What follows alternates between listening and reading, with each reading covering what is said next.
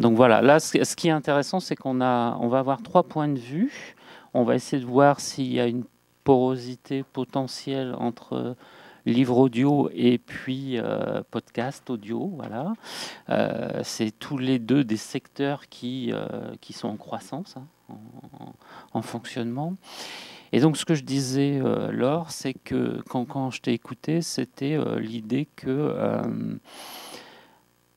tu insistes beaucoup sur le côté humain, sur le côté artisanal, etc., sur la structuration de cette filière. Il y a une vraie volonté par rapport à ça.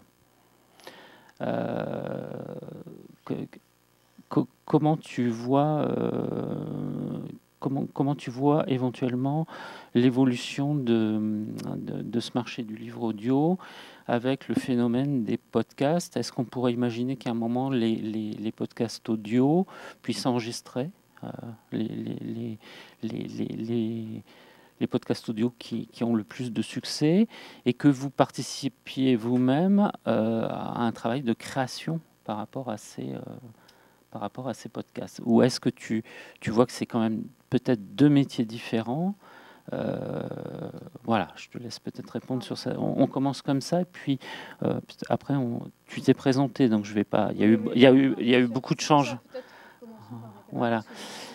Il y a beaucoup de changements sur 2023, et puis tu nous diras peut-être tout à l'heure sur la présidence de la commission numérique ce que c'est exactement. Alors donc du coup on va faire la présentation. Je suis un peu décousu là, mais ça va. Il faut que je me chauffe. Voilà. Anne-Claire Lenné, donc tu es brestoise, bretonne. Et tu animes depuis presque 15 ans un festival Longueur d'onde. Voilà, je te laisse te présenter. Alors, bonjour à toutes et tous. Voilà, donc je viens de Brest, oui, en chair et en os.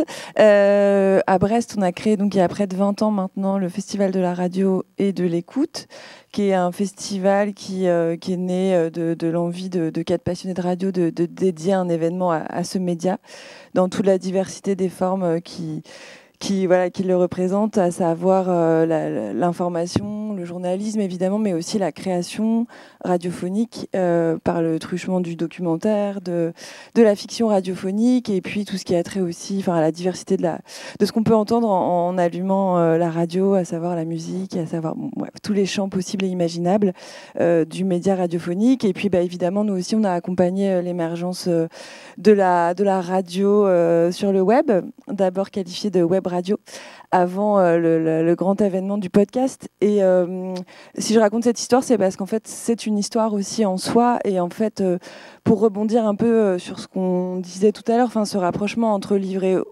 audio et podcast, en fait, pour moi, c'est un petit peu, mais c'est une simplification à l'endroit, en fait, où le livre audio, tout à l'heure me venait pas mal de réflexions sur le sujet. Je pense que le livre audio, on sait ce que c'est. Ça a une histoire, c'est un livre transposé, comme tu l'expliquais très bien, Laure, en audio. Et aujourd'hui, le podcast, en fait, c'est une jungle. En fait, c'est à peu près tout et n'importe quoi aussi. Pardon, hein, mais j'y vais un peu franco. Et en fait, derrière le mot podcast, il y a à la fois tout ce qui émane de la tradition radiophonique que nous, on connaît bien à longueur d'onde, puisqu'on s'inscrit dans cet héritage, avec des formes aussi qui peuvent s'apparenter parfois à l'art sonore, à la création musicale contemporaine, parfois expérimentale.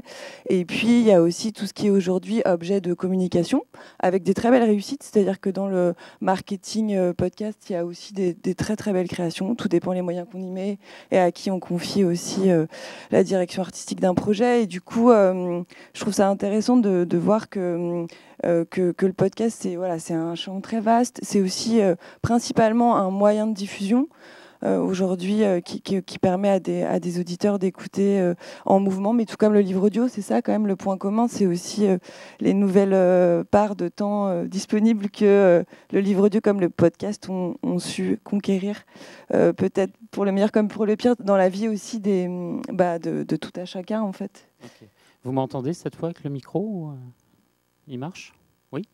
Donc, je t'arrête juste là, mais tu vas oui, développer et puis montrer ce qui est longueur d'onde et puis tout ce que vous faites autour. Je trouve ça absolument remarquable. Carole Zalberg, donc tu es autrice de plus de 20 livres, enfin, j'ai pas compté exactement, mais voilà. Tu as reçu notamment un prix prestigieux, Littérature Monde, au festival Étonnant Voyageur. C'était en 2014 pour Feu pour Feu. Mais tu es aussi très engagé aussi pour défendre le droit des auteurs, puisque tu as été longtemps secrétaire de la SGDL, Société des gens de lettres. Et puis aujourd'hui, tu es vice-présidente de la SOFIA. C'est ça. Exactement. Bonjour à tous. Donc oui, je pense qu'aujourd'hui, je suis là à la fois en tant qu'autrice, que le format audio intéresse beaucoup, mais avec une vision très extérieure pour l'instant. Donc c'était absolument passionnant cette présentation. Et effectivement aussi en tant qu'administratrice de la SOFIA. La SOFIA étant très attentive à ce qui se passe dans le livre audio, soutenant différents événements liés au livre audio, dont celui-ci d'ailleurs, je crois. Donc voilà, c'est avec ces deux casquettes. Et la SOFIA, pour ceux qui l'ignoreraient, c'est un organisme de gestion collective qui gère deux droits, le droit de prendre bibliothèque et la copie privée numérique. Et en fait, avec la copie privée numérique, on finance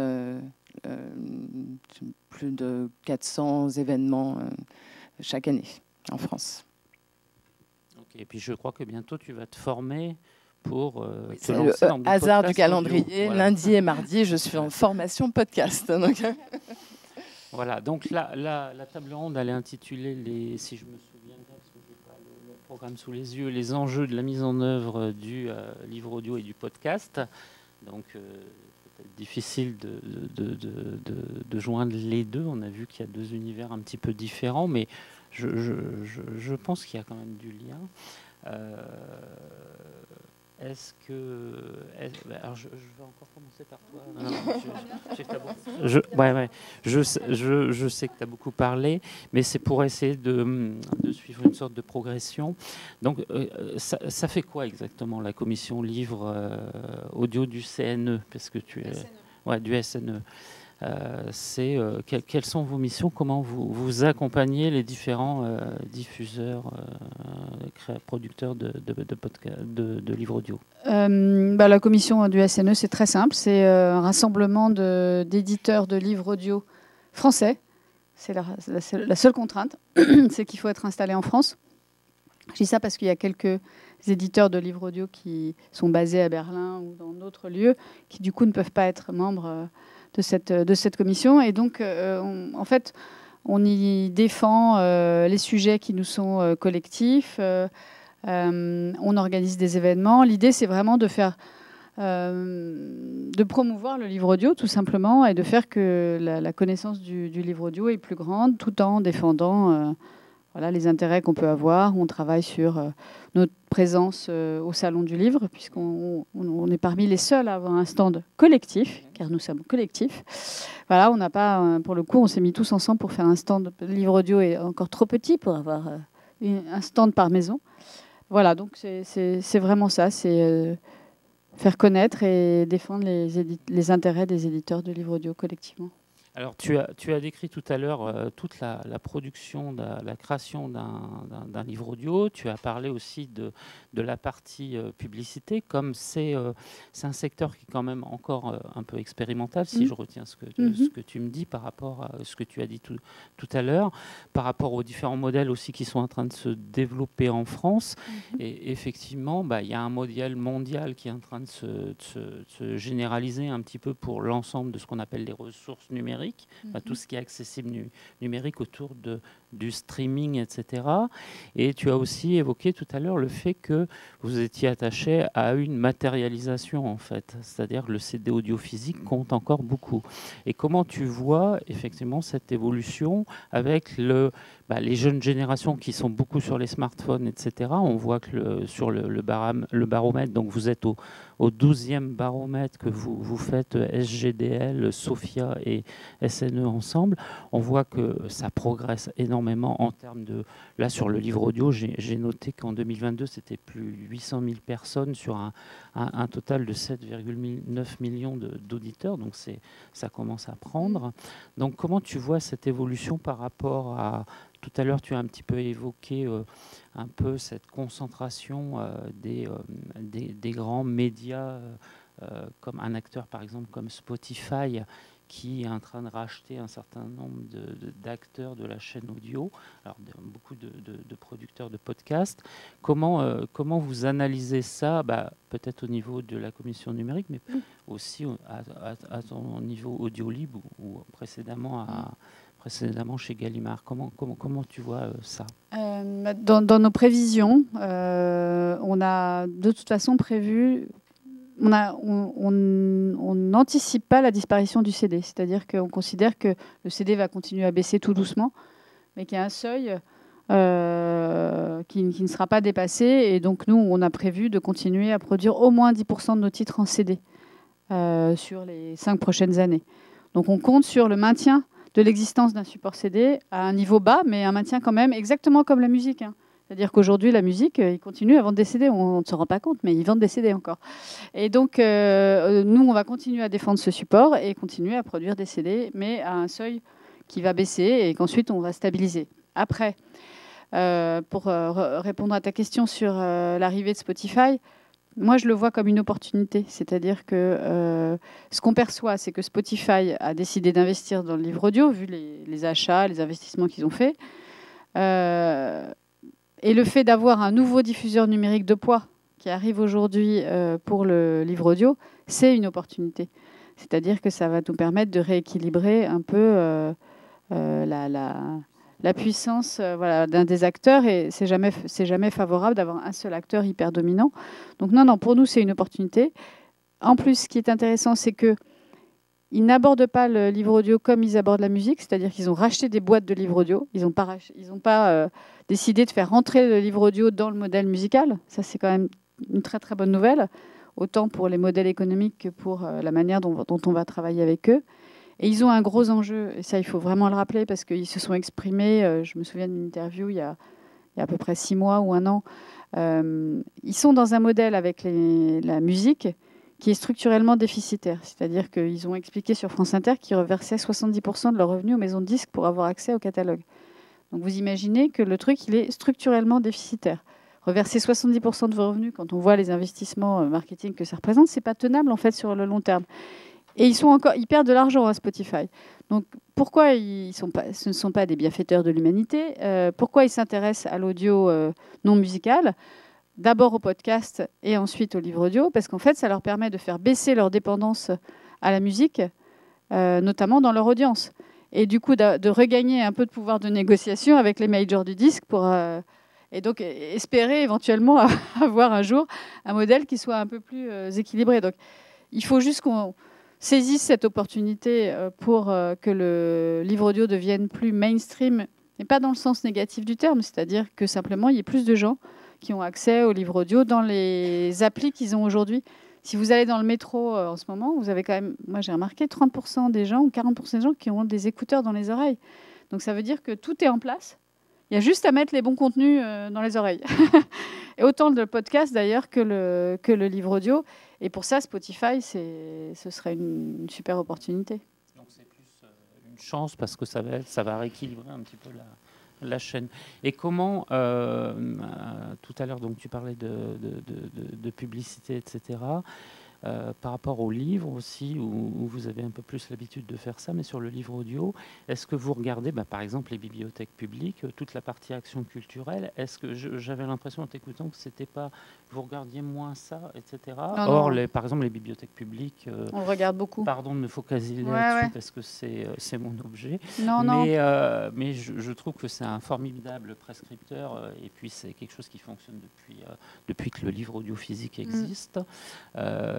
est-ce que vous imaginez aussi de l'action culturelle vers des librairies avec des auteurs qui auraient fait du livre audio plutôt que par rapport au livre papier? Est-ce que je suis clair? Et est-ce que vous envisagez ça, des rencontres en bibliothèque pour vraiment booster un peu le marché? Bien sûr. Alors, pour nous, les bibliothèques sont structurantes dans la prescription. Et on l'a fait, moi je l'ai fait beaucoup pour la jeunesse, où effectivement il y a eu des lectures de livres audio qui étaient organisées en bibliothèque. Et évidemment, on est très attaché au PNB, le prêt numérique en bibliothèque, qui est un vecteur de rémunération, mais surtout de prescription. Et puis de transmission.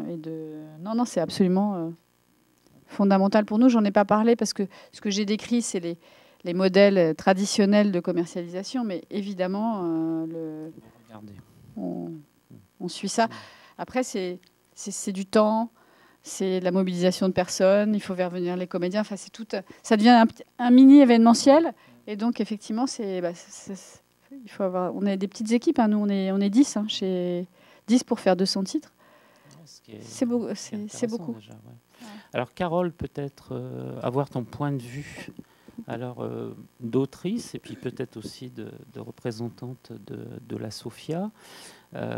Comment tu perçois un peu tous ces enjeux autour du livre audio? Les éditeurs proposent pas forcément à l'auteur, dès qu'il remet son manuscrit, une publication en livre audio. On a bien compris pourquoi. C'est-à-dire qu'effectivement, si on ne fait pas partie des auteurs qui vendent beaucoup, non, ça ne fait absolument pas partie des choses que... Bien sûr que dans notre contrat, on cède la plupart du temps nos droits, comme on cède les droits audiovisuels, etc. Donc on espère tous avoir des propositions d'adaptation, livre audio, cinéma ou autre. Mais c'est un tout petit pourcentage des auteurs publiés qui voient leurs livres ou traduits ou adaptés, et notamment en livre audio, alors que je pense que, comme tu le disais très justement, on a tous envie de ça, parce que c'est ce qui compte en fait dans un livre, c'est le texte lui-même, quelle que soit la forme ensuite qu'il va prendre, quel que soit le support. Donc le livre audio, c'est un outil supplémentaire pour faire circuler le livre.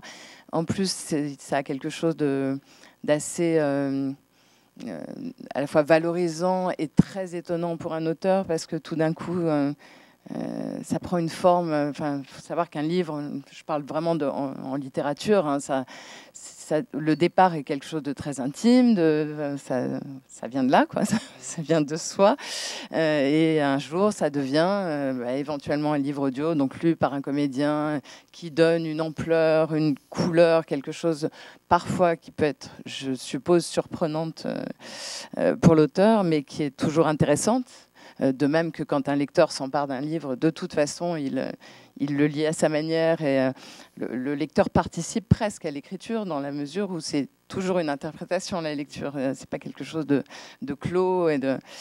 Donc oui, je pense que tous les auteurs ont envie que leur livre soit, parfois même de le lire eux-mêmes. Moi, je sais que c'est quelque chose que j'aimerais faire, mais pour ça, il faut aimer lire à voix haute. Et puis, je suppose que quand c'est enregistré, c'est encore autre chose. C'est une pression supplémentaire. Ça demande quand même une technique qu'on n'a pas forcément, même quand on fait beaucoup de lecture à voix haute en festival, etc. Enfin, tout ça, en tout cas, est passionnant et fait partie de tout l'arsenal pour faire exister les livres qui, aujourd'hui, ont du mal, qui se vendent moins. Donc, un auteur vit beaucoup maintenant de tout ce qu'il y a autour des livres, donc les interventions scolaires, les interventions en festival et les éventuelles adaptations. Ça doit être effectivement très étrange d'entendre son propre texte, lui. J'ai pas trouvé d'informations pour voir un peu le pourcentage. Vous passez systématiquement par des comédiens voilà. Est-ce qu'il y a des auteurs qui ont envie de lire leur texte? Je crois qu'il y en a, oui, qui le font. Oui. Voilà, là, par exemple, à la rentrée, il y en a qui... Est-ce qu'Amélie lit son propre texte, par exemple?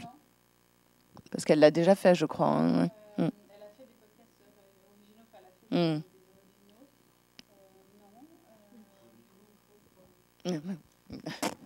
Non, la plupart du temps, effectivement, on fait appel à des comédiens professionnels, mais quand l'auteur souhaite lire son texte et qu'il a une certaine habitude, on le fait. Constance Debré, qui d'autre lit elle-même son texte, Pierre Lemaître, effectivement. Emmanuel Carrère, voilà, donc il y a pas mal de comédiens qui lisent eux-mêmes leur texte. Mais pour revenir sur l'expérience que c'est pour un comédien d'entendre son texte, enfin, pour un auteur d'entendre son texte, c'est un choc. C'est-à-dire qu'ils ont, moi, j'ai plein d'auteurs qui m'ont dit, mais j'avais l'impression que c'était plus mon texte. Enfin, et c'est très rigolo. Je me souviens de Victor Gestin écoutant jeune auteur écoutant L'homme qui danse, lu par Gaël Camilindi, qui est un comédien extraordinaire. En fait, Gaël Camilindi, dans son interprétation, avait remonté le niveau de vitalité en fait du texte, parce que le texte avait parfois un truc un petit peu dépressif, et il l'avait interprété avec tellement d'énergie que Victor était complètement halluciné et bluffé, impressionné par. C'est quand même c'est un choc. Hein. Je pense que c'est toujours troublant. Ouais. Après, on est plus ou moins agréablement surpris. On trouve que ça apporte quelque chose, que ça l'emmène ailleurs. Ça peut être aussi, j'imagine, un peu douloureux. Et justement, j'avais moi une question à ce sujet que j'ai pas posée tout à l'heure. Est-ce qu'il arrive que l'auteur intervienne un peu dans cette au moment de l'enregistrement ou, non, très peu. Comme ça peut se faire pour le cinéma, par exemple. Oui, il peut être co-scénariste ou des choses comme ça. Non. Donne des directives. Alors, oui, c'est arrivé. Effectivement, dans ces cas-là, c'est l'auteur qui se manifeste. Souvent, ça peut être par le choix du comédien, c'est-à-dire que lui va vouloir choisir un comédien, et c'est une manière de donner une orientation. Ou sur, par exemple, le choix d'avoir un comédien ou deux comédiens. On a eu ça là pour la rentrée littéraire de Gallimard, où un des auteurs nous a fait une recommandation sur la manière dont il voulait voir l'interprétation faite, et on l'a mis en contact avec le comédien, et du coup ils se sont parlé avant l'enregistrement. Oui. Donc autre question du coup, mais qui est en rapport. Une fois que vous avez acquis les droits auprès de la maison d'édition, vous ne les consultez plus du tout, justement, pour le choix ils ne doivent pas donner leur accord pour le choix du comédien, ou est-ce qu'il arrive que vous restiez quand même en dialogue, en tout cas Non, on est en dialogue tout le temps. C'est-à-dire qu'on les informe. Alors, on évite de se mettre en situation de dépendance absolue, donc, mais on informe au fur et à mesure. Même si on ne demande pas l'autorisation express, on dialogue toujours sur le choix. C'est quand même mieux si l'éditeur et l'auteur sont... Ouais. Moi, j'ai jamais eu de cas où un auteur aurait été furax sur le choix d'un comédien, et on a toujours dialogué de manière positive. Et quand on évoquait un nom et que l'auteur faisait la moue, on proposait d'autres comédiens. En fait, c'est pas un problème. Hein. Après, c'est des questions de disponibilité et autres, mais évidemment qu'on se débrouille pour que ça se passe bien. Pour évoquer tes projets, puisque tu as ton dernier livre Songbook, qui a été édité sur l'Arbre à la Parole, petite maison d'édition belge, mais avec un directeur de collection prestigieux. Tu as un projet de livre audio sur Songbook. Mais alors Songbook, c'est quoi déjà? Alors Songbook, c'est une sorte c'est la première fois que j'écris une sorte d'autofiction, et c'est au fil des morceaux de musique de ma vie, enfin, et plutôt de ma jeunesse. Donc c'est une sorte de récit initiatique au fil de ces morceaux de musique. Donc il me semble que ça se prête tout à fait à une adaptation audio. Et c'est presque par défaut cette envie donc j'ai le projet d'en faire une série de podcasts, en fait, autant d'épisodes que de chapitres. Dans l'idéal, si ça avait pu être un livre audio, j'aurais préféré, parce qu'on reste dans l'univers du livre et moi, ça me va. Mais comme on l'a dit, tous les auteurs n'ont pas accès à cette possibilité. Et du coup, comme j'ai vraiment très envie qu'il existe sous cette forme, je vais essayer de mener à bien ce projet. Donc ça commence par suivre une petite formation express, parce que 2 jours, je pense que je ne vais pas maîtriser la question. Et j'envisage de lire moi-même. Après, il y a tous les aspects techniques qui peuvent être un peu compliqués. Et puis toute la le financement de ça. Mais tout ça est passionnant, donc on verra. Mais pour être vraiment honnête, c'est un choix par défaut parce que le livre audio, tout le monde ne peut pas y accéder. Dès lors, c'est ton initiative. Donc, du coup, ça va faire la transition. On va passer la parole par rapport à Anne-Claire. Je précise aussi que tu as déjà un peu des expériences de lecture podcast. De chroniques littéraires, en fait. Tu fais des chroniques sur un site de passionnés de lecture qui s'appelle Ernest Mag. C'est un magazine littéraire, mais en ligne, exclusivement en ligne, qui s'appelle Ernest Mag, qui a vraiment dans l'idée de décloisonner complètement, de faire venir à la lecture, et là aussi ça rejoint, je pense la démarche du livre audio, faire venir à la lecture des gens qui se diraient que c'est pas pour eux. Donc c'est assez joyeux comme magazine et comme site. Ils utilisent d'ailleurs beaucoup et la vidéo, l'audio. Et donc, j'ai fait, parce que j'ai arrêté, mais pendant 2-3 ans, des petites chroniques très, très brèves, audio, des chroniques littéraires, mais audio, qui s'appelait Sur les genoux de Carol Zalberg. Parce qu'il y avait toujours une photo de du livre sur mes genoux. C'est parti de là. Alors, Anne-Claire, donc tu es directrice du festival Longueur d'onde. Mais bon, Longueur d'onde, c'est un festival qui a lieu en général en février. Vous êtes à la 9e édition cette année, la 20e l'année prochaine, avec un festival du radio et de l'écoute. J'ai noté une jolie mission, un joli objectif: démocratiser la parole et favoriser la pratique. Donc là, est-ce que tu peux nous expliquer un peu tout ce que vous faites? Parce que il y a ça, il y a une création une plateforme de création de podcasts qui s'appelle Oufipo, et puis de la formation professionnelle. Donc vous avez votre propre écosystème.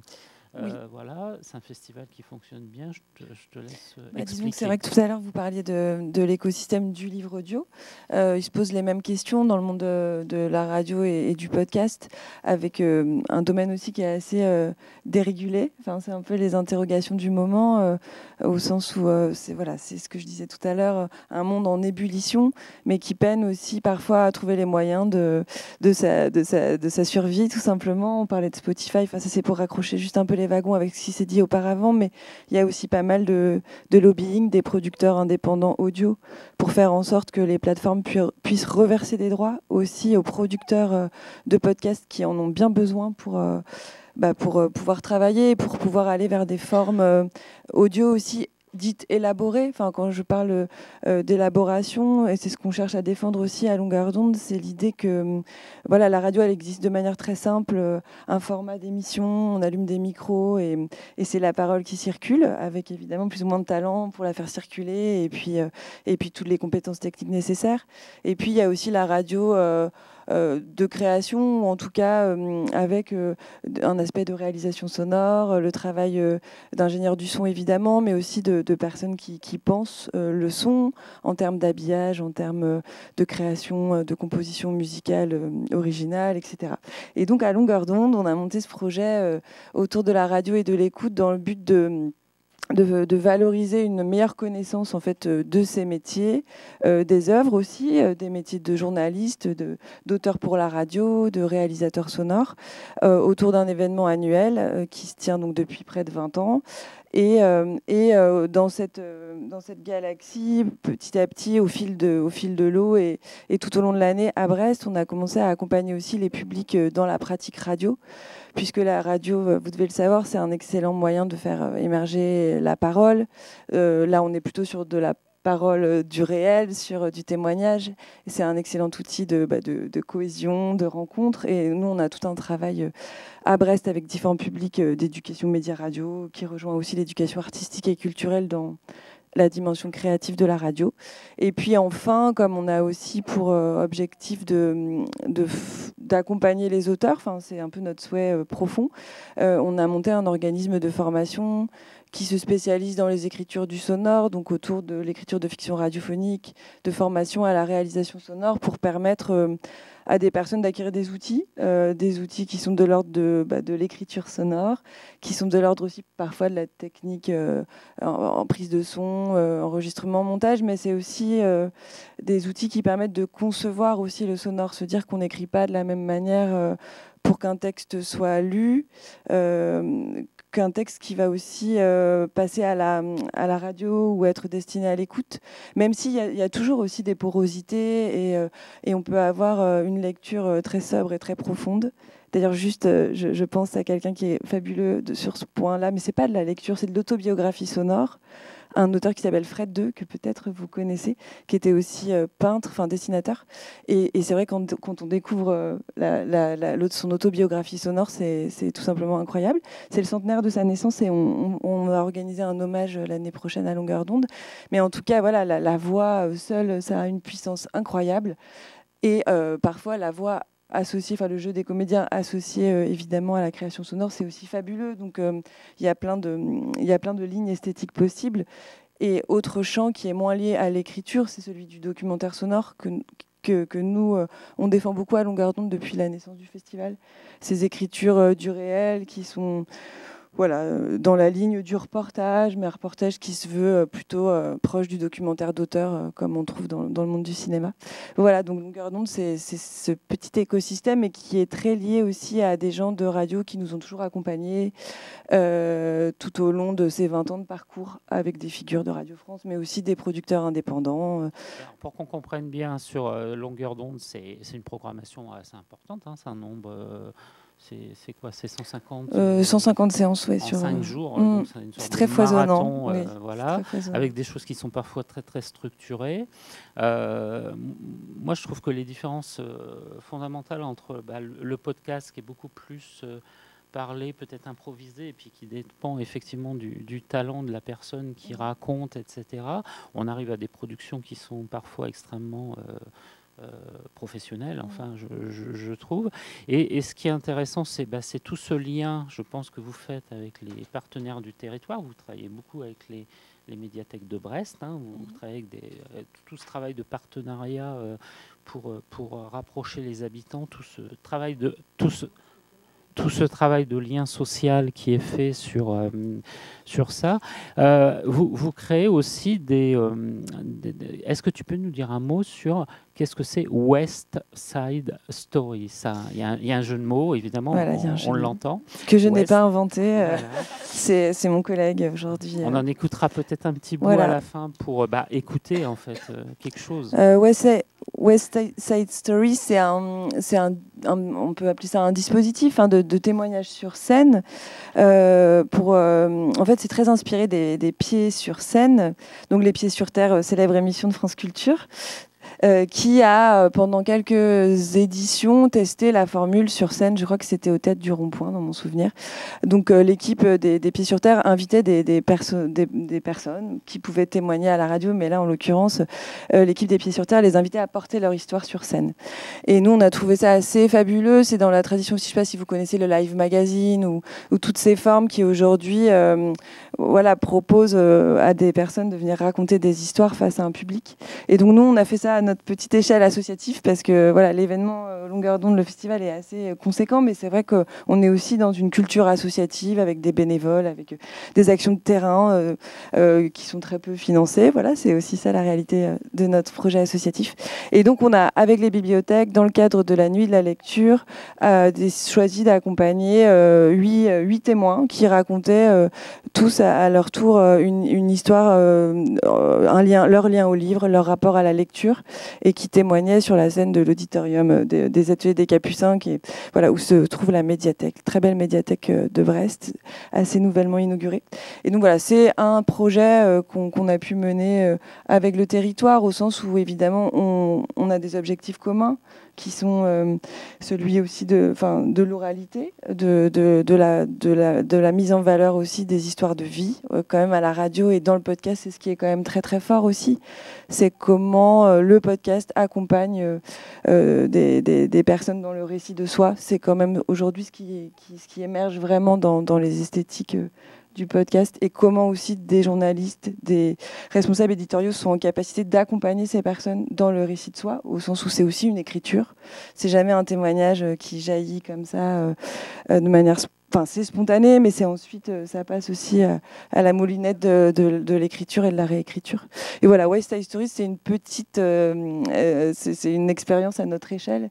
Ces expériences, elles vont peut-être d'ailleurs enrichir à terme ce qui se passe dans le livre audio, cette manière très, très structurée, on ne sait pas. On se retrouve souvent seul, c'est une écoute souvent qui est individuelle. Écouter un livre audio ou écouter un podcast, et on se retrouve dans sa voiture, dans son lieu préféré, dans sa baignoire, je ne sais pas. Et vous faites par contre un autre projet que j'ai trouvé intéressant, c'est les séances d'écoute. Et là, il y a une dimension collective, c'est-à-dire les gens viennent écouter ensemble. Comment ça se passe ?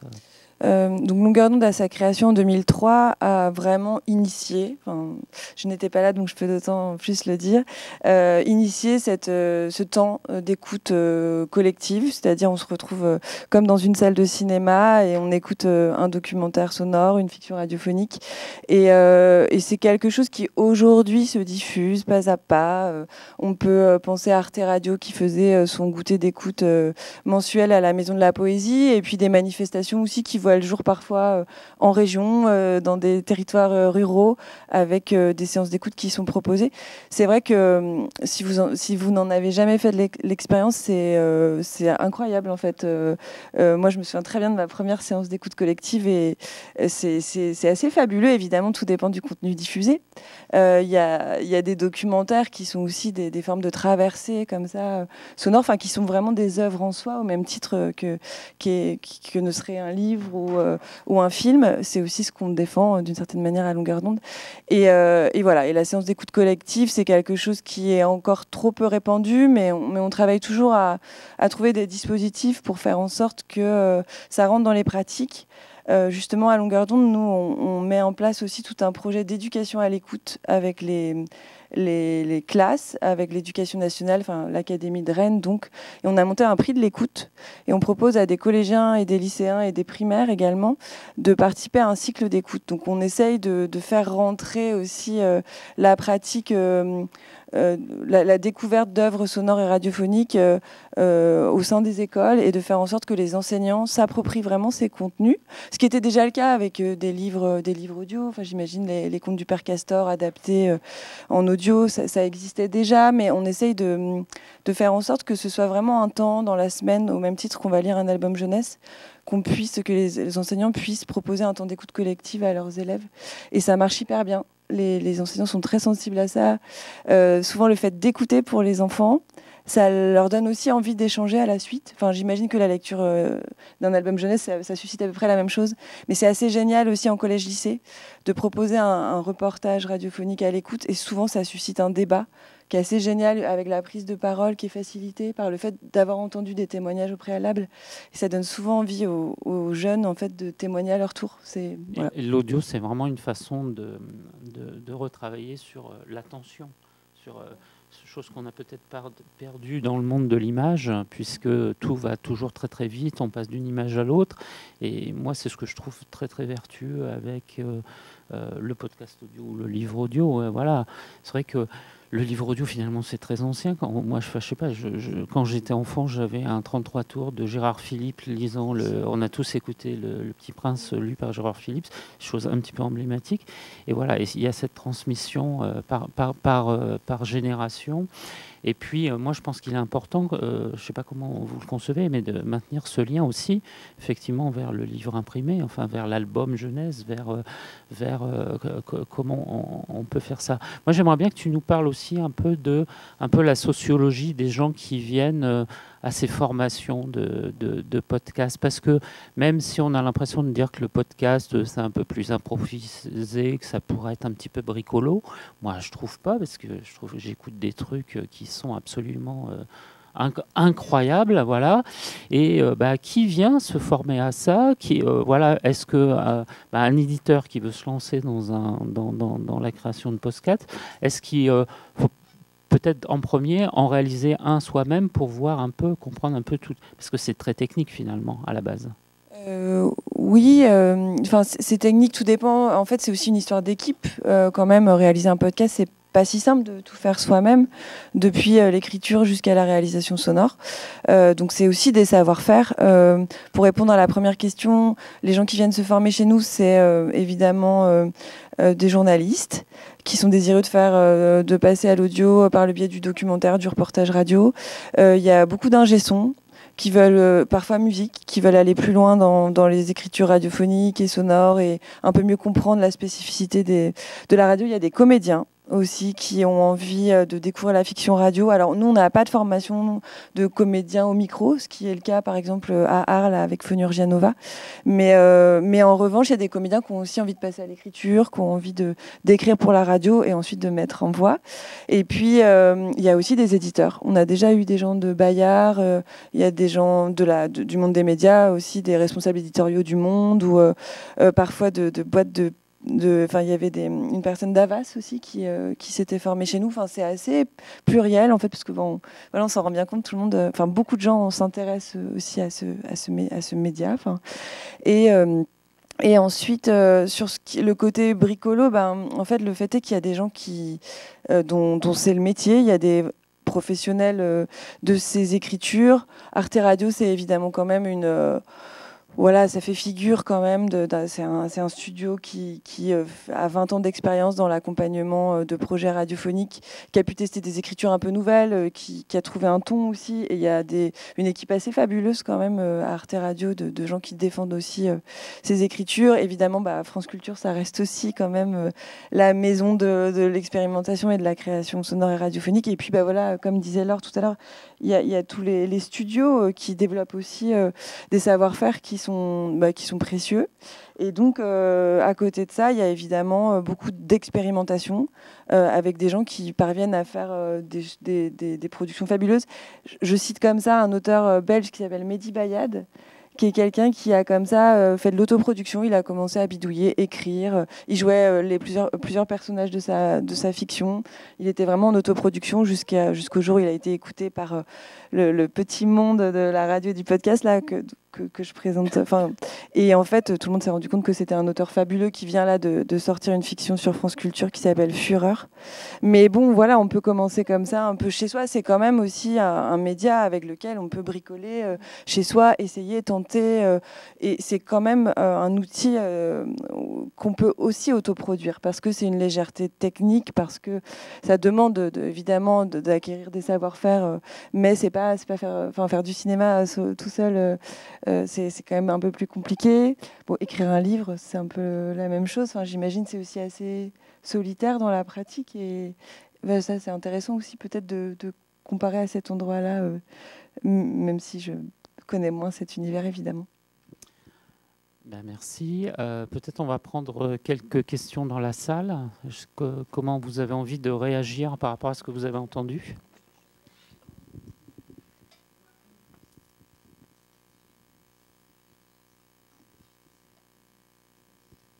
Bonjour, moi j'ai plusieurs questions, j'ai pas mal de questions même. Déjà, je me posais la question aussi en fait du lien qu'on peut trouver entre podcast du coup et livre audio, et notamment par rapport à tout ce qui touche à la littérature jeunesse. Et justement, par exemple, des textes qui vont sortir en même temps avec un CD, des podcasts qui sont adaptés aussi de textes. Et comment en fait tout ça se structure. Et je me pose aussi la question du coup, par rapport à l'économie en fait du podcast, qui pour l'instant elle est assez compliquée et fragile, très fragile même. Et du coup, est-ce qu'on pourrait trouver par exemple des ponts via par exemple ce qu'on peut déjà trouver comme chose dans la littérature jeunesse, dans le podcast. J'imagine par exemple des livres qui sortiraient avec une création sonore en même temps, ce genre de choses, voilà. Ça, effectivement, le livre CD a été pour ça, effectivement, très précurseur. Donc l'idée, si je comprends bien votre question, ce serait l'idée de sortir un livre avec l'équivalent de ce qu'il y avait en sonore dans le CD, mais sans CD ? Ça revient à ça ? Mais simplement avec un QR code. Je pense par exemple à des maisons d'édition comme Benjamin Média qui fait des livres audio jeunesse. où il y a je trouve que du coup leurs créations sonores, elles sont assez poussées par rapport au texte. Bien sûr. Et du coup, on peut aussi très bien l'écouter sans le livre. Tout à fait. Mais en même temps, ça fait un objet qui peut être vendu. Ouais. Contrairement au podcast où c'est compliqué. Alors, les livres CD continuent à se vendre quand même, malgré tout. Et les maisons d'édition jeunesse continuent à en produire. Chez Flammarion Jeunesse, il y en a. Chez Gallimard Jeunesse, il y en a beaucoup, beaucoup, beaucoup. Après, sur la question du support, effectivement, on se pose la question, on s'est posé la question 100 fois, est-ce qu'on met un QR code dans le livre à la place du CD pour faire que... Tout est possible, en fait. Et ce que vous dites, c'est-à-dire ce que vous évoquez, le passage du podcast au livre audio, on avait, je me souviens, chez Gallimard Jeunesse, un cas où c'était un personnage d'un livre jeunesse qui avait été l'objet d'une fascination par un éditeur de podcast qui, du coup, on avait fait le personnage principal de son podcast. Mais juste le personnage, donc il avait juste repris le personnage. Donc oui, il y a plein de porosités. Je pense par exemple à Cornebidouille. Cornebidouille, c'est du livre audio classique. Ouais, mais il y a quand même eu la fiction sur Paradisio, qui du coup a été créée avec l'auteur. Mais je crois qu'il n'y a pas le livre qui a sorti. L'auteur a créé un texte spécifiquement. Ouais. Voilà. Justement, il était venu à Longueur d'onde l'année dernière. Donc, il y a 2 ans pour parler de ça.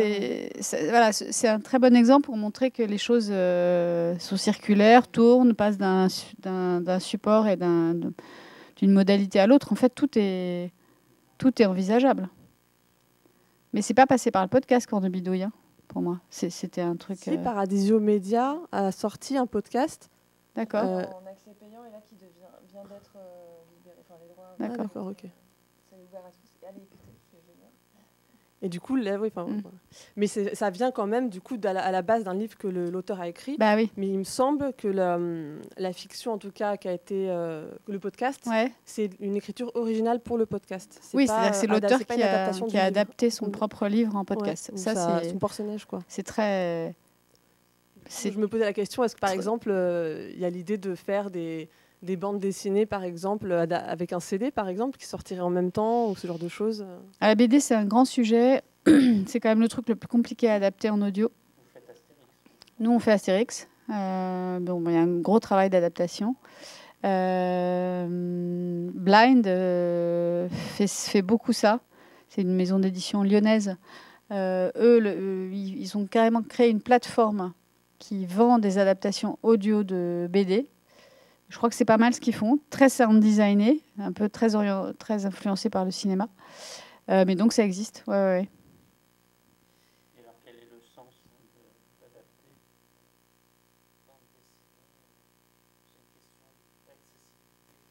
C'est de l'accessibilité, c'est aussi une autre proposition. Ça permet de faire accéder aussi les BD à des enfants jeunes qui ne lisent pas. C'est important aussi. Voilà, c'est des écritures augmentées. C'est vraiment l'idée de déployer le maximum de choses autour d'une œuvre originale qui a du succès. Le dessin est tellement essentiel dans la BD que c'est surprenant. Moi, j'avais réfléchi à adapter Culotté, de Pénélope Bagieux en audio. Et en fait, en faisant vraiment le travail sur la planche pour voir à quel point c'était possible, il y avait un boulot de fou. En fait, qu'on aurait fait avec elle, l'autrice, qu'on n'aurait pas pu faire seule. Parce que c'est vraiment une reconfiguration de la proposition éditoriale complète. Mais donc oui, tout est possible. Oui, ça... Parce qu'on n'a pas parlé de l'accessibilité pour les personnes handicapées des livres numériques, livres audio, donc on a l'impression que c'est accessible à tout le monde. Mais maintenant, il y a je ne sais pas si vous êtes au courant, mais le 14 août, là, il y a le décret d'application de la loi de 2005 qui est paru cet été et qui va imposer, notamment aux éditeurs de livres numériques, et donc je suppose audio aussi, que les livres soient nativement accessibles à partir du 28 juin 2025. Donc je suppose que c'est pour la production à venir, que tout ne va pas forcément être repris, mais à l'image de ce qui se fait sur le cinéma avec des contenus en audio description, voilà, voilà. Est-ce que vous êtes... comment vous envisagez ça, l'application concrète de ce décret? Voilà, je ne suis pas spécialiste du sujet, mais je sais qu'il y a une commission OSNE qui s'occupe de ça et qui est très, très, très, très, très active. Voilà. Ouais, il faut. Ouais. Parce qu'en fait, effectivement, naïvement, on pense que l'audio est forcément accessible, mais en fait, non.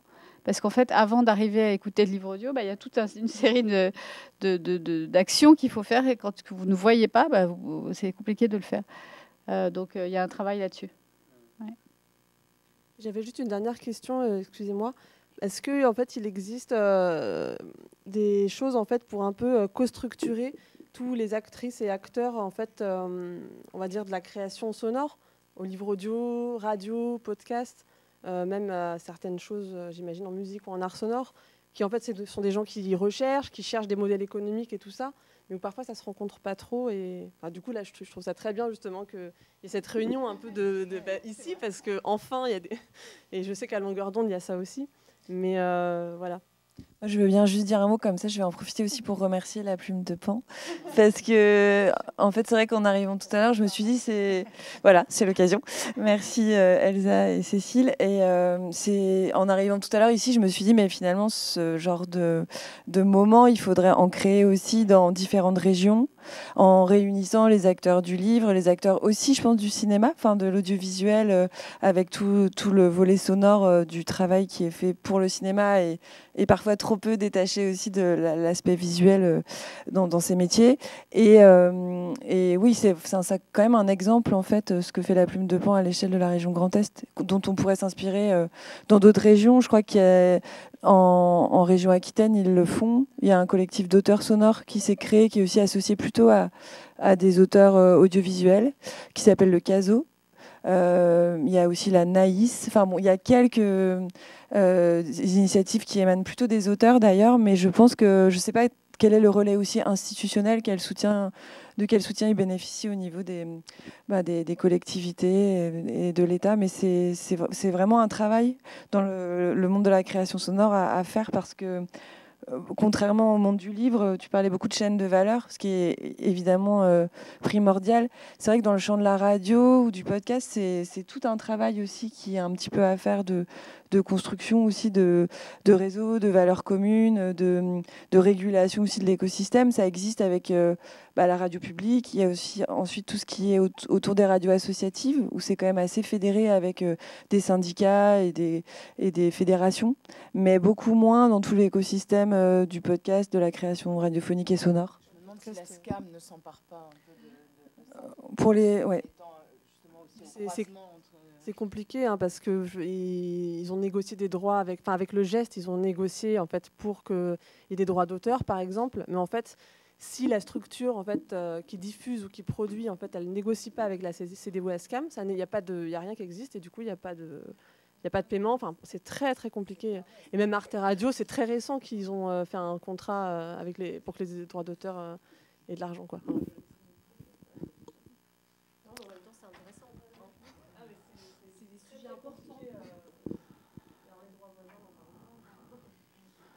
Encore une question? Ouais.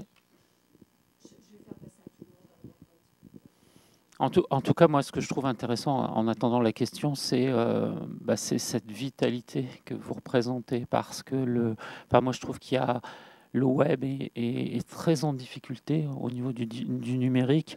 Je trouve que la radio, là, avec les podcasts, sont en train de reproduire un petit peu ce qu'on a connu au début avec la naissance des blogs, où on s'imaginait que il y avait une sorte d'ouverture de la parole et on s'imaginait que tout le monde allait devenir écrivain. On a bien vu que tout le monde ne devient pas écrivain, mais ça a libéré une certaine parole et puis ça a été un petit peu rattrapé, tout ça. Puis ça, c'est parti sur les réseaux sociaux, etc., qui a vu une autre fonction qui peut être intéressante aussi. Mais il y a ce combat, en fait, je trouve, contre une certaine uniformisation de la culture qui est à continuer. Enfin, moi, je salue tout le travail que vous faites et puis le dynamisme que vous avez et ce travail de partenariat obligatoire avec tous les acteurs en France, pas simplement les bibliothèques, mais tous les acteurs qui proposent des festivals, etc.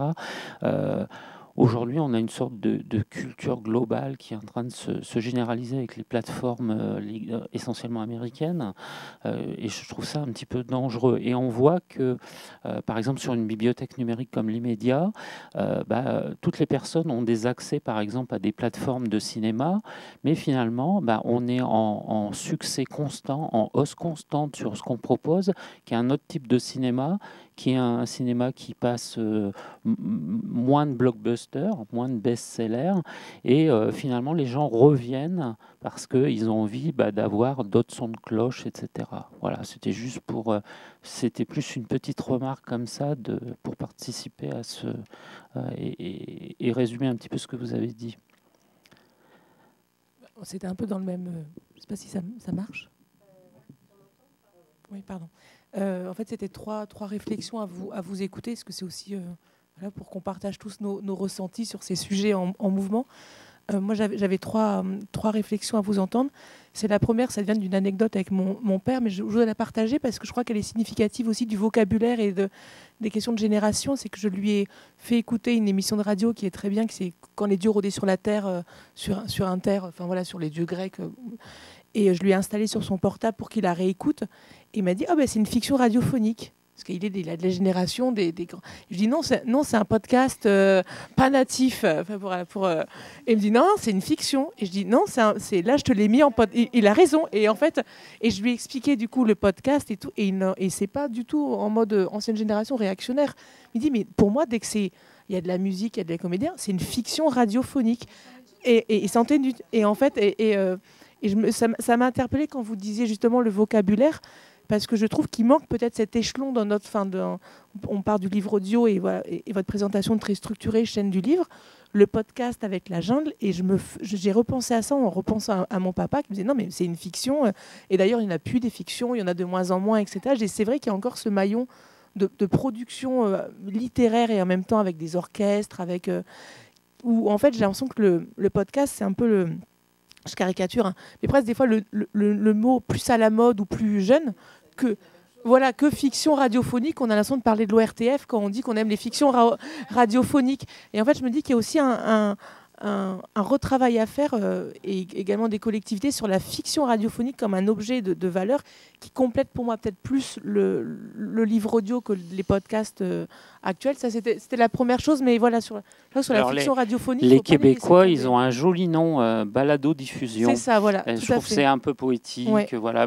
J'étais interpellé dans une intervention avec un public de médiathèque, et puis il y a une vieille dame qui m'a dit mais qu'est-ce que c'est que cet usage de mots anglais, on ne comprend pas ce que c'est, etc. Donc du coup, voilà, les Québécois, ils ont, je trouve, inventé un joli mot. Entre un podcast et une fiction radiophonique, je trouve que là aussi la question peut se poser. La deuxième chose, c'était par rapport au lien que je fais avec les podcasts et Instagram, où de plus en plus, j'ai l'impression que les podcasts sont le prolongement avec contenu d'une page Instagram, où Instagram sert à faire la promotion d'un podcast. Enfin, voilà, pour moi, il y a des connexions très fortes avec les réseaux sociaux, je dis Instagram, mais que n'a pas le livre audio. Et au-delà de la question du public, c'est aussi, pour moi, un podcast, c'est plus lié à une communauté, lié à un thème, où je vais chercher la question sur la maternité, des sujets de société, ou des communautés. Pour moi, je n'ai pas la même, en tant que vraiment que lectrice, mais approche du podcast et du livre audio. Podcast, je vais chercher un thème, et puis ensuite je cherche le podcast qui parle de ce thème, et ça se déroule.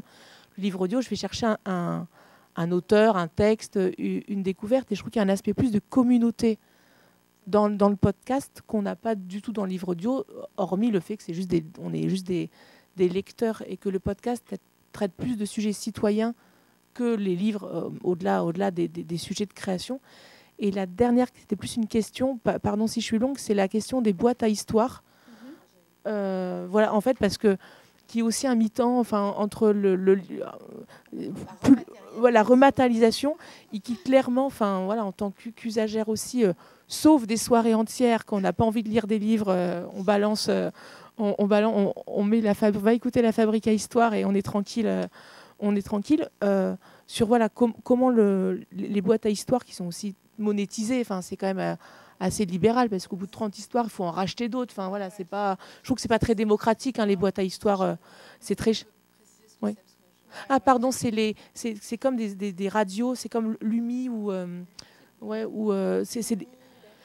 c'est des petites boîtes, enfin, c'est des faux transistors. Voilà, c'est un objet où en fait on sont déjà téléchargés, pardon.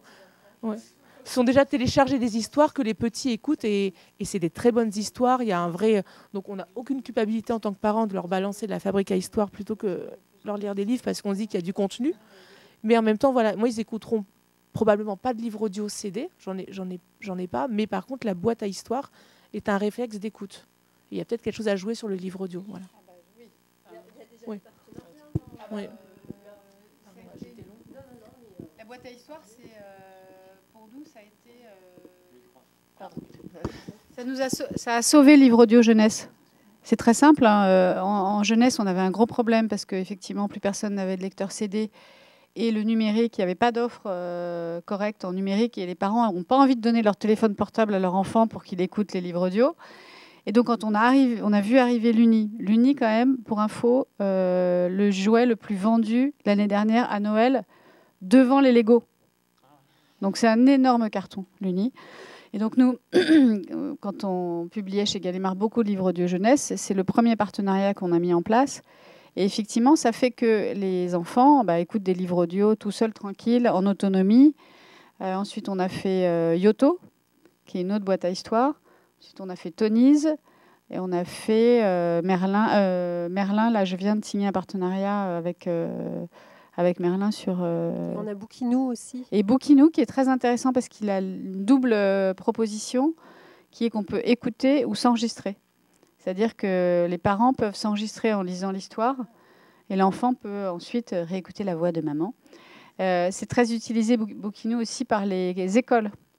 Parce que les maîtresses de maternelle, en fait, l'enfant, il veut entendre l'histoire racontée par sa maîtresse. Il ne veut pas un comédien, il ne veut pas Denis Podalides, il veut sa maîtresse. Et donc, ça marche très, très bien. Et c'est très utilisé par les institutrices pour les temps calmes. Elles adorent ça. Donc oui, les boîtes à histoire, c'est génial. Vraiment. Pardon. Donc, une petite question à ce sujet. Le contenu, ce sont des livres audio ou des textes qui sont écrits pour... Il y a les deux, d'accord. Donc ça fait en plus travailler des auteurs. Ah oui, à la base, c'était que de l'inédit. Et ça faisait bosser des auteurs. Et en fait, l'Uni a commandé des textes. Et c'est comme ça qu'ils ont démarré. Et ils ont cartonné. Ils avaient 2 personnages principaux. Comment ils s'appelaient Suzanne et Gaston. Voilà. Et c'était Suzanne et Gaston qui racontaient des histoires. Je crois qu'ils ont toujours Suzanne et Gaston. Ouais. Et avec les... non, c'est une boîte indépendante qui a une dizaine d'années, je pense, ça fait maintenant. Et après, ils signent des partenariats, ils ont à la fois leur production propre et des partenariats avec des maisons d'édition. Ouais. C'est 50 € à l'achat avec au moins 30 histoires, mais avec des déclinaisons de personnages. Pour recharger. Ça fait au moins 300 histoires. Et c'est pas accessible aussi tout de suite à l'achat, mais c'est assez bien rentabilisé. Après, sur la question des esthétiques du sonore, pour moi, c'est une certaine ligne, en fait, l'Uni assez froide, enfin en termes assez froide aussi quand même, au sens où il n'y a pas d'ambiance sonore, c'est une voix enregistrée. Enfin, je trouve que parfois la qualité de diffusion de l'Uni n'est pas forcément au top. Moi, je connais pas Merlin, mais j'ai plus de confiance au sens où il y a aussi cette possibilité de faire accéder à toute l'offre aussi Radio France des podcasts jeunesse qui est quand même assez riche aussi sur le plan sonore, mais après c'est des outils qui sont finalement complémentaires. Le problème c'est qu'on peut pas on peut pas les avoir tous au sens où c'est quand même un prix quoi. Merlin ça doit coûter 90 € quand même. Ouais. Moi j'avais une question par rapport aux écoutes collectives. Comment faire respecter le droit ? Est-ce qu'en achetant un livre sonore, est-ce que je peux le diffuser, par exemple, pour toute une classe ?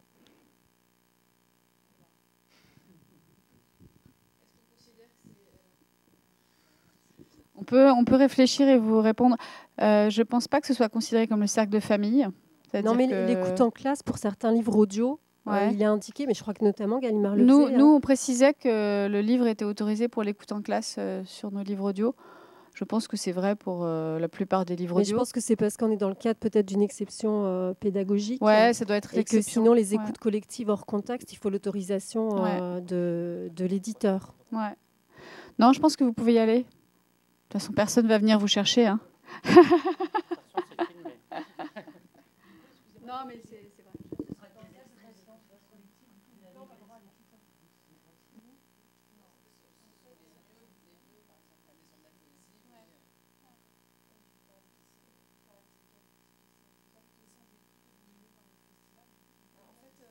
a toute une question quand même autour de la notion d'éditeur. Aussi, en radio création sonore, c'est quand même pas si clair.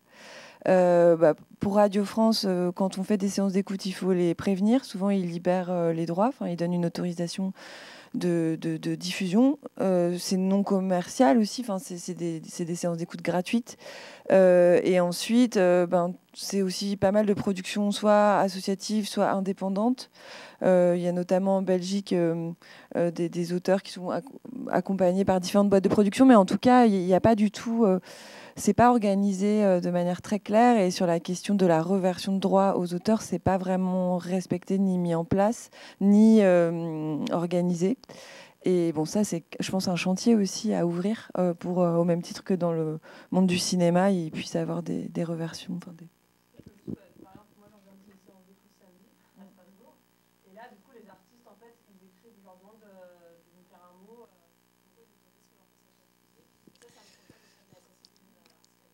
Oui, justement, en tant qu'autrice, je voulais juste, si je peux me permettre, dire qu'il faut au moins prévenir les auteurs, parce que d'abord c'est une joie souvent de savoir qu'une fiction, un texte, quelque chose est diffusé, partagé, et puis en général les auteurs vont donner l'autorisation, mais il faut au moins faire ça, parce qu'il y a beaucoup de cas où on n'est absolument pas prévenu, et là c'est un peu cavalier.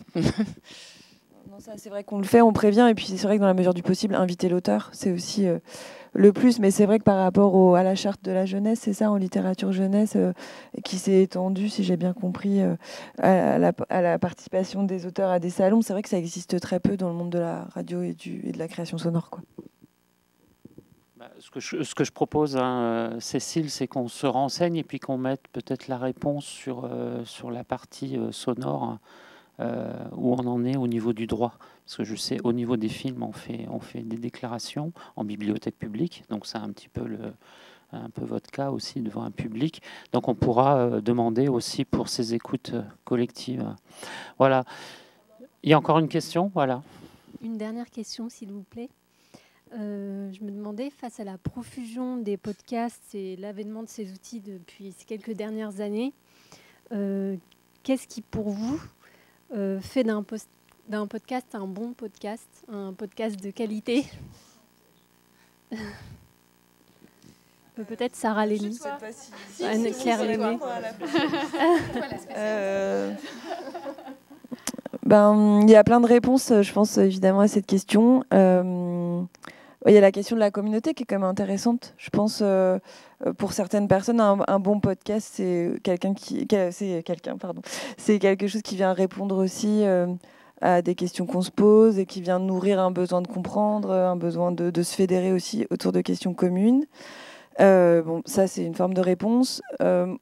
Moi, j'aurais aussi une réponse justement plus...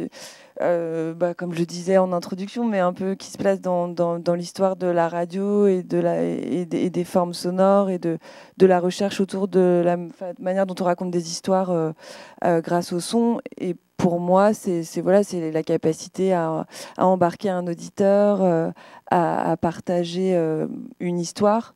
En ce moment, un podcast qui est quand même assez pertinent de ce point de vue-là, c'est la dernière nuit d'Anne Bonny, qui est une fiction radio d'Arte qui est sortie, d'Arte Radio, qui est sortie, je ne sais plus quand est-ce que c'est sorti, à l'automne dernier.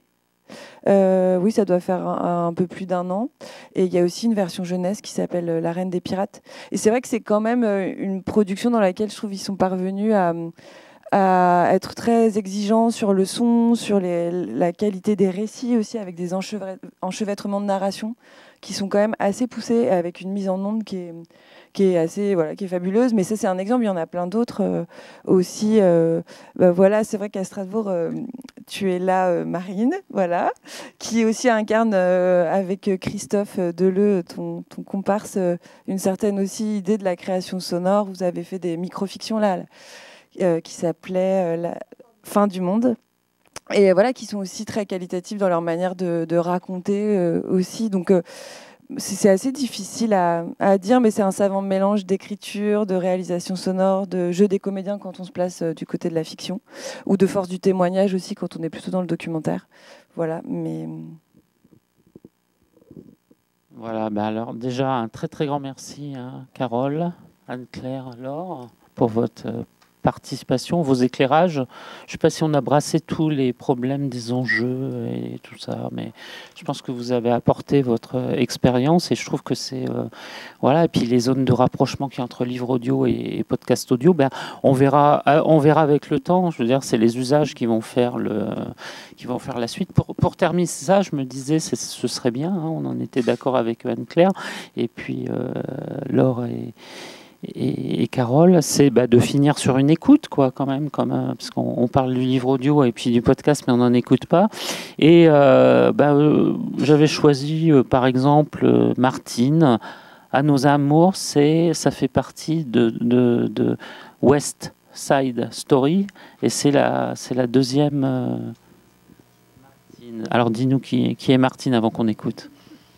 Martine, elle a fait partie du casting West Side Story, parce que finalement c'est aussi ça, quand on cherche des personnes qui vont monter sur scène pour raconter des histoires, il faut à la fois que ces personnes soient désireuses de monter sur scène, de porter leur histoire, c'est ce qui n'est pas toujours facile, et puis on a tous des histoires à raconter, après il y a des histoires plus ou moins croustillantes aussi, j'ai envie de dire, et donc là c'est vraiment aussi ce que je disais tout à l'heure, une démarche bénévole, au sens où c'est porté par des salariés de longueur d'onde, mais aussi avec des bénévoles de l'asso.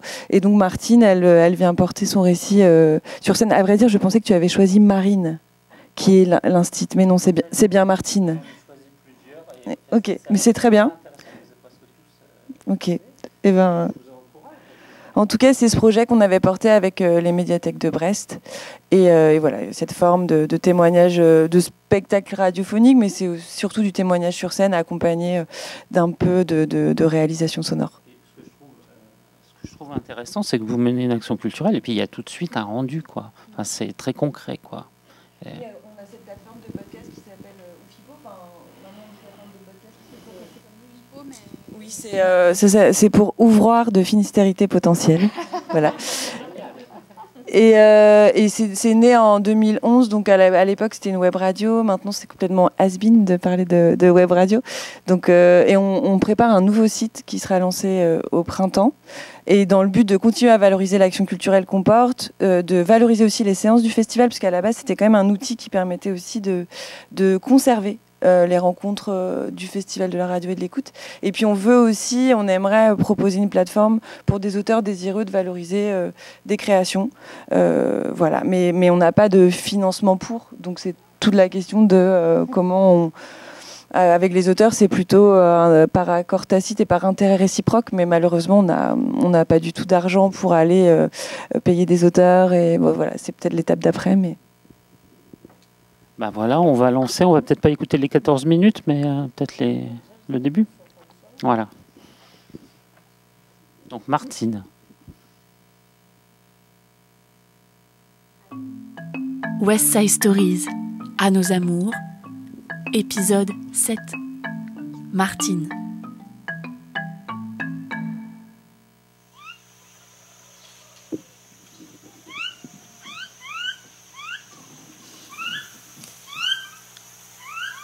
La première fois que je suis tombée amoureuse, c'était de ma meilleure amie, Florence. On avait 13 ans. C'était ma voisine. À chaque fois que j'étais avec Florence, j'avais des palpitations. J'avais des frissons. Un dimanche, comme tous les dimanches, sa mère était allée se promener. On était sur sa terrasse. Et là, Florence me dit « Ça te dit qu'on s'embrasse ?» Je lui dis bah non, n'importe quoi. Et là, elle me dit « Allez, je sais que tu as envie de m'embrasser. » Et là, je me suis dit peut-être que Florence était au courant que j'étais amoureuse d'elle. Là, je lui dis, mais non, moi j'aime les garçons. Ça va pas ou quoi? Donc par rapport à ça, je suis sortie avec un garçon. Parce que je ne voulais pas que tout le monde sache que j'aimais les filles. Voilà, c'est un court extrait. Je ne sais pas si vous avez très bien entendu, mais bon, vous irez sur le site Longueur d'onde. On a tendu l'oreille. C'est du direct, en fait. Voilà.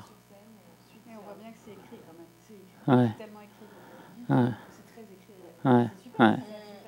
Mais déjà, il faut qu'elle ait le courage de venir sur scène. Ouais.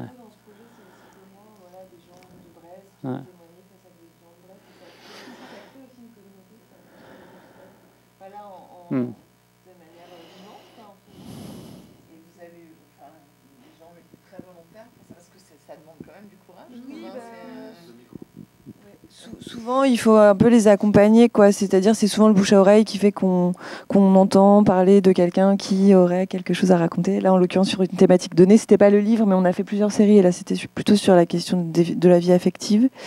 Et ensuite, c'est accompagner cette personne de manière bienveillante et pour finalement qu'elle en retire aussi une certaine fierté à la fin du processus, quoi. Mais c'est vrai que c'est un processus aussi peu de maïeutique, quoi, de faire aussi émerger la parole.